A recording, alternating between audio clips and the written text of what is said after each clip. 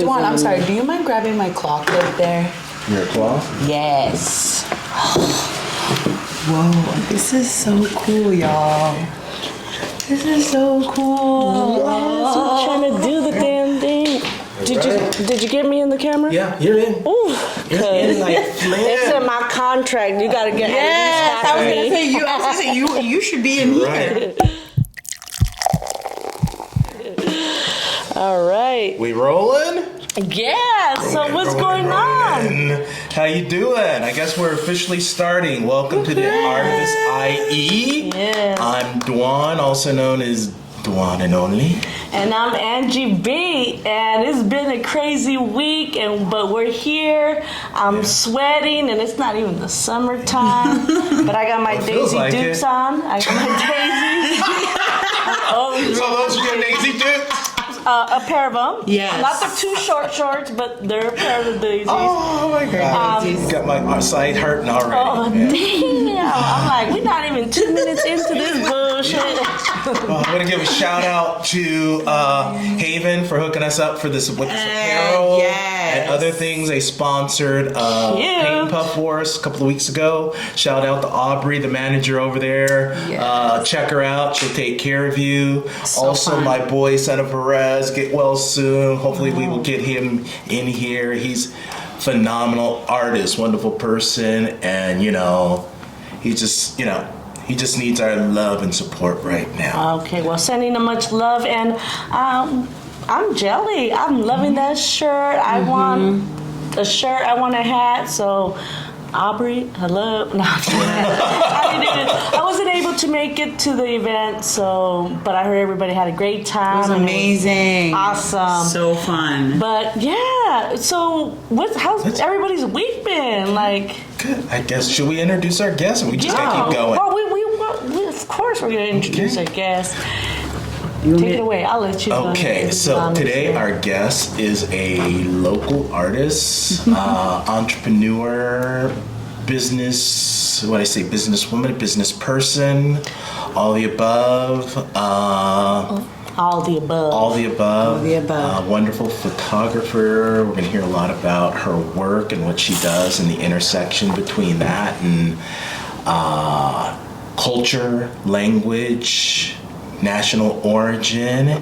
And so everybody, let's give it up for Laarne Palec. Hey! Did I get the accent? Okay, I was working on it.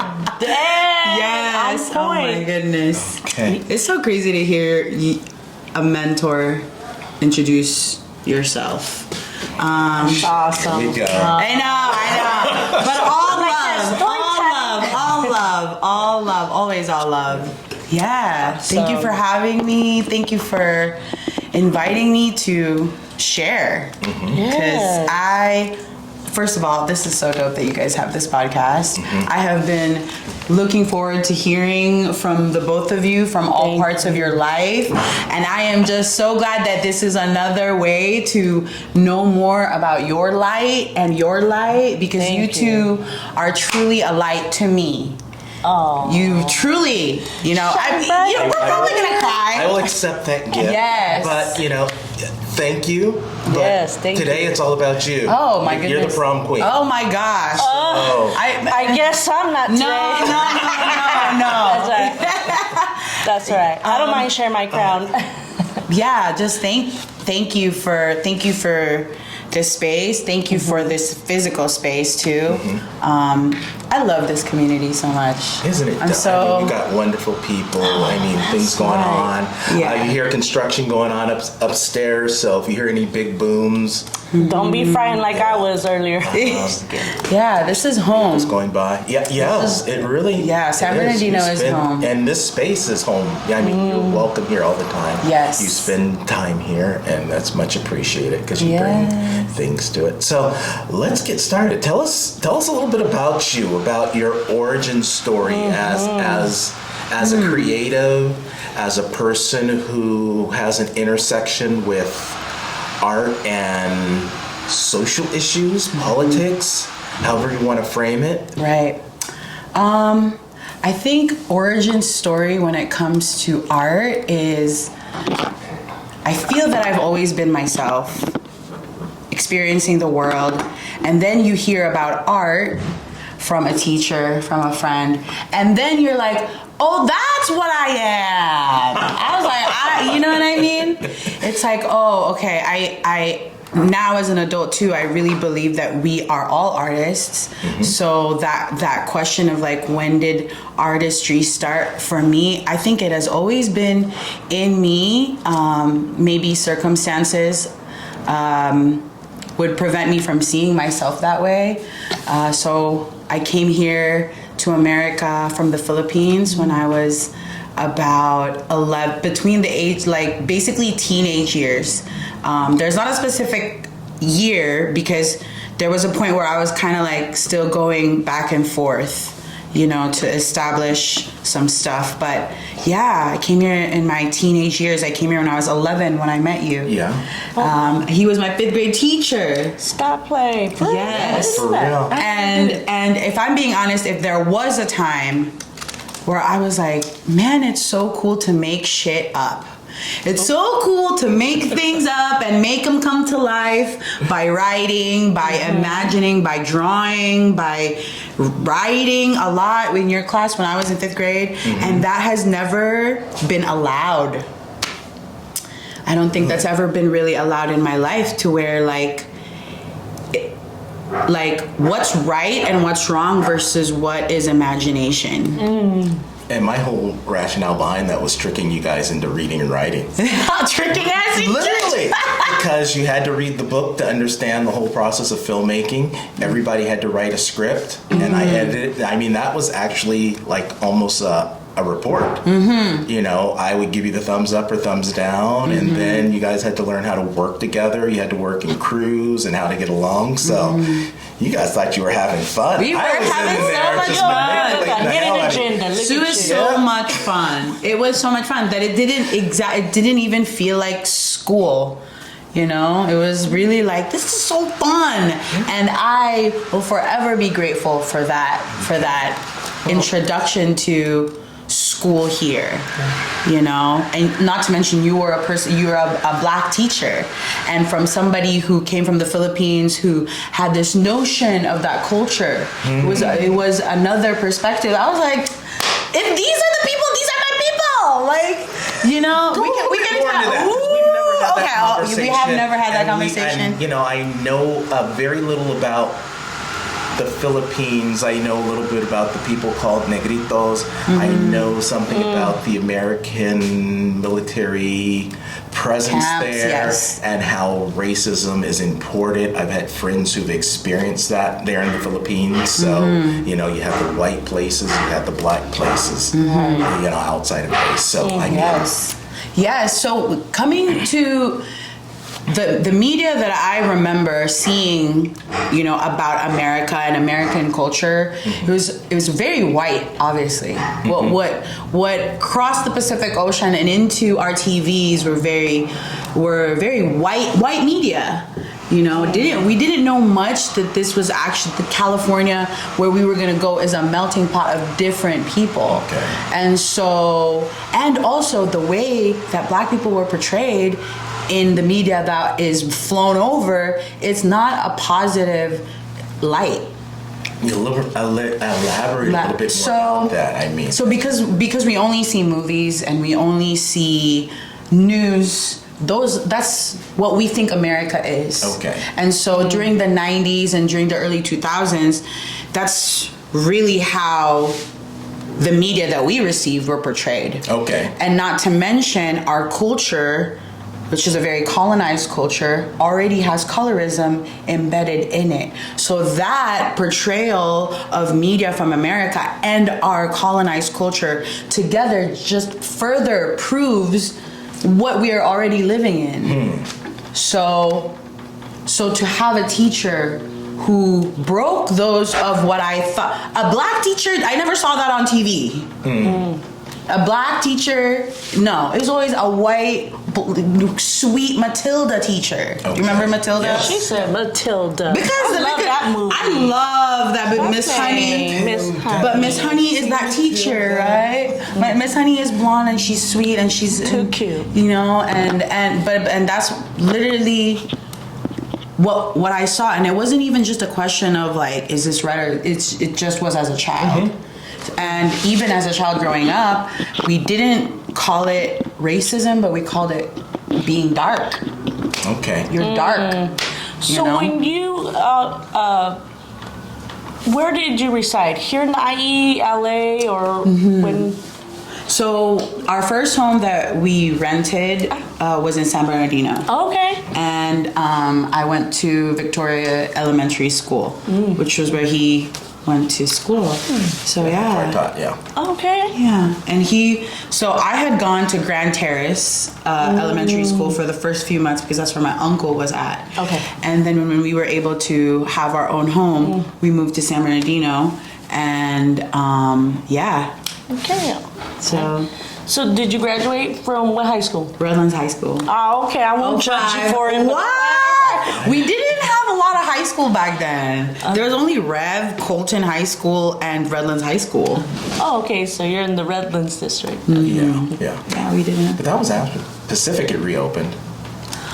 When was Pacific? Yeah. I don't think they were in our In your Zone. Jurisdiction. All right, yeah. I don't think Yeah, I don't think they were. so. That's in, SB. Yeah. Yeah. Okay. But, Okay. Yeah, I think the Philippines as a culture, we're a very colorist culture. We are arranged into shades. I think Mexico's a lot like that as well. I mean, from what I gather from my family members, it's very, very colorized. Yes. I But think that happens in just about every colonized culture. I mean, it's endemic in True. African American culture, and so. But talk about more of your life in the Philippines, and you know, what did you do? You have any artistic memories or things that you did as a child that was creative? And talk about your childhood and where you're from, because it's amazing. Yes. So I come from a very, I don't want to say very small town, but a very normal province. You know, so I literally live on the foot of a volcano. Isn't that so cool? Yes. what is it? Mount Pinatubo is the name of it's a dormant volcano right now, but it's very active, I feel like. And it's very green and very tropical, very sunny, and a very small but close-knit town. Everybody knows everybody. You know, it's like everybody is an auntie and uncle. Everybody can Auntie whoop and your uncle. children's Yes. butt. Okay. Like they will, if you did something down the road, just know that somebody's mom is gonna tell your mom. Ass whoopings. You know what I mean? Yes. Like if they can't whoop my ass, they will make sure that my ass does get whooped when I go home. Exactly. So, what did you do to cause an ass whooping? That's what we want to know. We want to know the tea. I have always been the person where I really like going where, okay, so just as an example, so I come from my elementary school is surrounded by a river. Okay. Yeah. So there's like a river running through our school, and sometimes the river is very, very lush and it's very green. There's fish in the river, and I love playing in the river. Like, you know, you're in class, but the river is right there. Like, See, I would be outside 24/7. you know what I mean? Yeah. Swimming in the river, you know, that was my childhood. Like I had a very playful, curious child. Before I would like leeches on my legs because I would be like, because be in the river when it's muddy. And she's not that naturey. You're very naturey, very Not me. very naturey, and everybody was also very poor. So I come from a town where there's a lot of people that are poor, like they can't even afford to go to school, to a public school, even though public schools are free, but they can't afford to have breakfast and get into public transportation to go or have uniforms. Okay. So there were a lot of people like that in my village. So when did your love for art, like what planted that seed? Was it back then, growing up in the Philippines, or when you came? If I'm being honest, maybe it found an outlet through church. Okay. Interesting. Okay. Yeah, now that I'm thinking about it, an outlet through church. Yeah, we would have, my family comes from a very traditional background, and we would have to either perform or share things as leaders in church. Gotcha. So, like, I would have impromptu, like, hey, we need a storyteller. Like, okay, make up a story right now. And on the spot. Okay. Yes, and so I feel like I learned a lot about, like, being, expressive, starting And in church. creative on point, it sounds like. You've talked about telling stories and being expressive, and I can see that in your photography, because you are telling stories. Yes. I mean, we may be jumping ahead a little bit, but you did an exhibit in Roy Mok Mok. Was it about a year ago, 2 years ago? Now you're making me hungry. And the pictures you show, could you kind of, we'll have to have some pictures up on the site and on our Instagram to show. But I remember you showing me these black and white pictures, and you were referring to your childhood and the children in it. They're on her IG. Yeah. Let's see. Yeah, I don't know if they're on. No? I don't know. I don't know. Can you talk about that a little bit? I mean, that specific exhibit, and then the other things you're doing. So those photos, I never thought I was going to share them with anybody. Oh. I took those photos on the past trips that I had in the Philippines, and I took those photos for myself because I wanted to be. Okay. We might have to cut the show real quick. Damn! Y'all saw that? Dirt Dang. Are we okay? Getting Are you my okay? my Versace piece of shirt dirty. Are they okay over there? Yeah, I think we're good. Oh, I don't feel anything. I'm good. Okay. Are you good? Yeah, Get ready to get the broom and hit the ceiling and do the Mr. Robinson's neighborhood.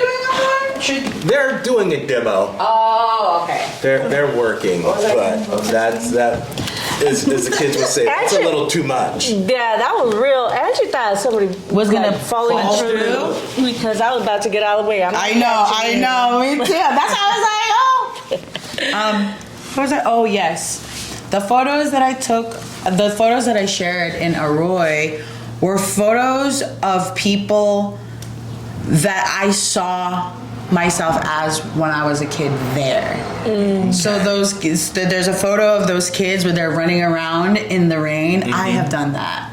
I've done that with my friends, and maybe that's why they don't want me to hang out with their kids, because we would be doing that because it was so fun, and it climbing trees during the rain, but I also understand we live in a jungle, so flash floods were real and dangerous things, snakes are real, so but I've always loved to play. I love playing and pretending like, oh, we're monkeys, going from tree to tree with my friends. Like, I've always loved that feeling, being whoever you want to be at the moment with whatever you feel like you are. And so with those photos, I just remember what those kids were feeling. Okay. And that's why I took those pictures. Like, I remember there's a picture of a kid and he's on a bike with his friend. He's actually riding as a back passenger on the bike, and I've done that. And sometimes it would be raining, and we would be biking, and the mud from the tires would ricochet up, and it would get my uniform dirty. Yeah. And so my mom would be like, why is your uniform so dirty? And so I feel like I have been so blessed to grow up in that country as a kid. I didn't know how poor I was, but I was so rich in play. Okay. And I think that's really why I wanted to share those photos, because I don't think a lot of children and adults can relate to that. I wanted to show them why I am the way that I am right now is because I grew up in that type of environment where there was so much play. And then to make that change and grow up, you know, the majority of your life here, how's that changed your like art or like is it's photography your love, or has it changed being here? And you know, because this is a whole different playing field. Oh my God, God. the IE, especially in the IE. America is a whole different world. I think that's why I encourage people so much to travel. And travel not as a tourist, but as an observer. You know, like, oh, there are other ways that people think life is. It's not just this. Something in a box. You know, yes. Like, yeah, I think that's why I love and I'm so grateful that I moved here when I moved here, because I also remember vividly about the things that I was like, okay, that is new. Like that way of thinking, that way of moving is new to me, and I have to integrate that and maybe get rid of a way of thinking so that I can assimilate and be accepted here. But it's not natural to me. So I think in my photography, I'm gonna cry. I want people to remember freedom, you know, and safety in being a kid, even though maybe not a lot of us feel that freedom, but I think that's when we are the most creative, when we tap into our inner child. And if our inner child experience growing up to where their joy and their play has been limited, I feel like that can affect my art as an adult.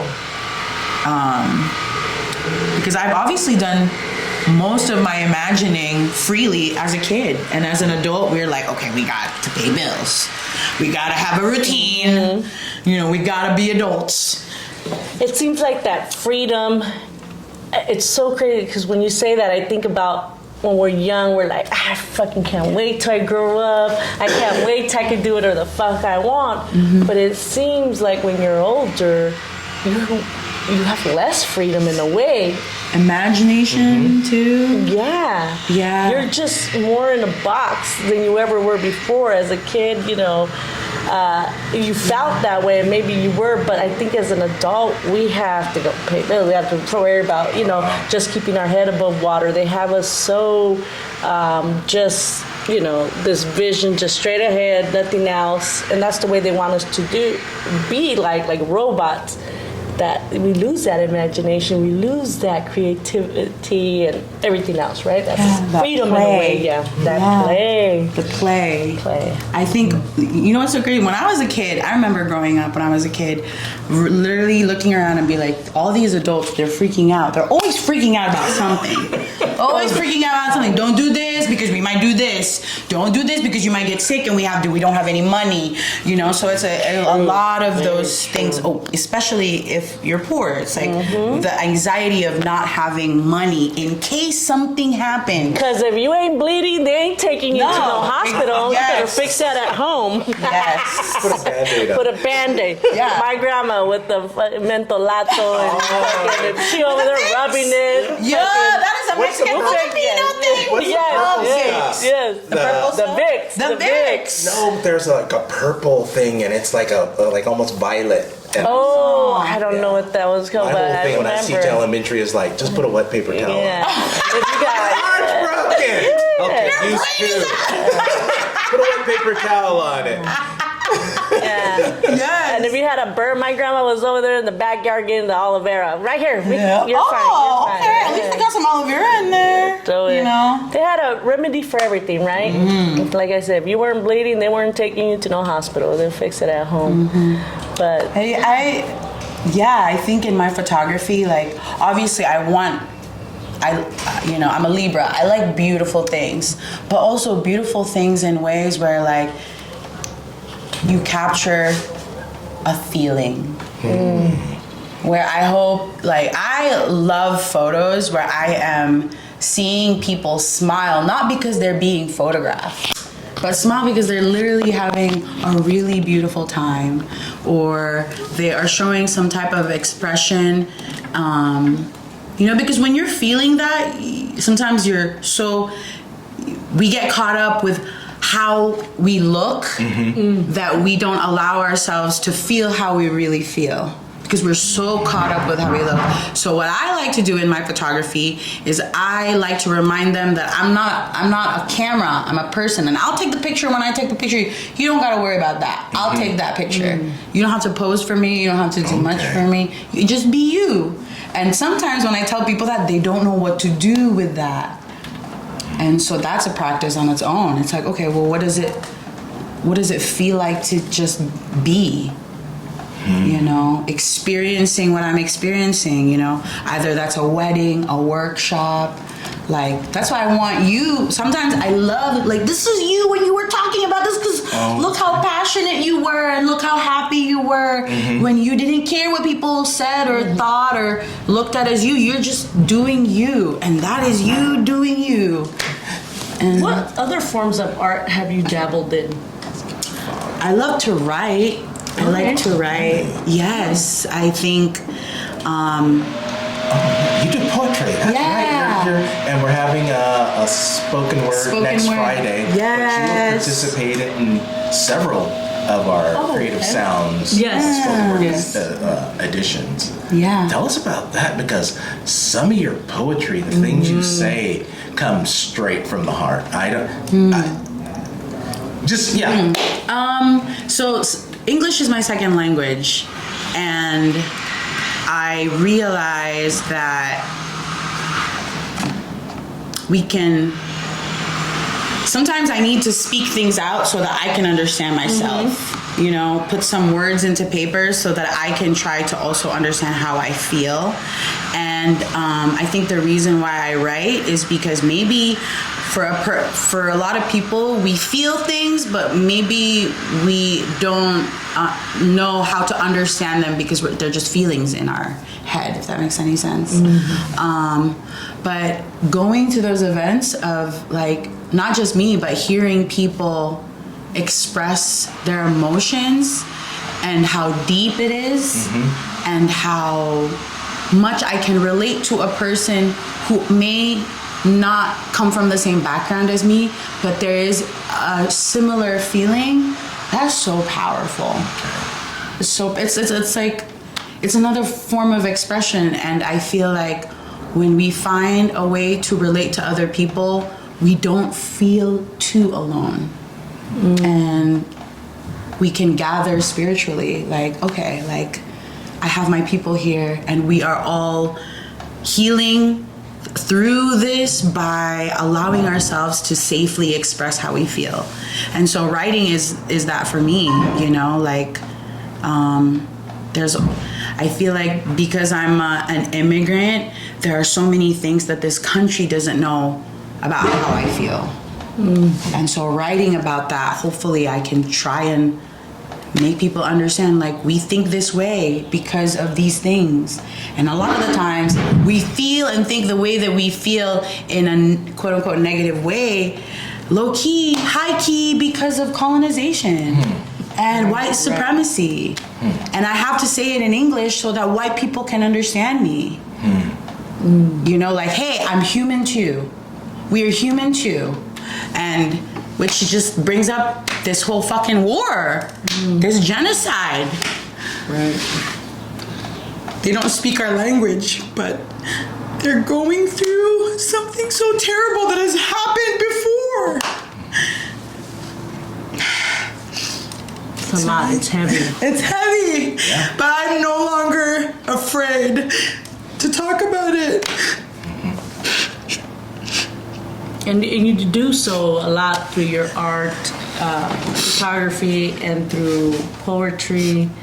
And how does that continue for you, especially here in the IE? And you know, and what's going on not just here locally, but as you mentioned, like the genocide and all that. How do you hope to utilize your art and to uplift continue to uplift these issues that surround us? Man, I feel like I've tried in so many ways before. I've tried in anger, you know, I've tried in being loud.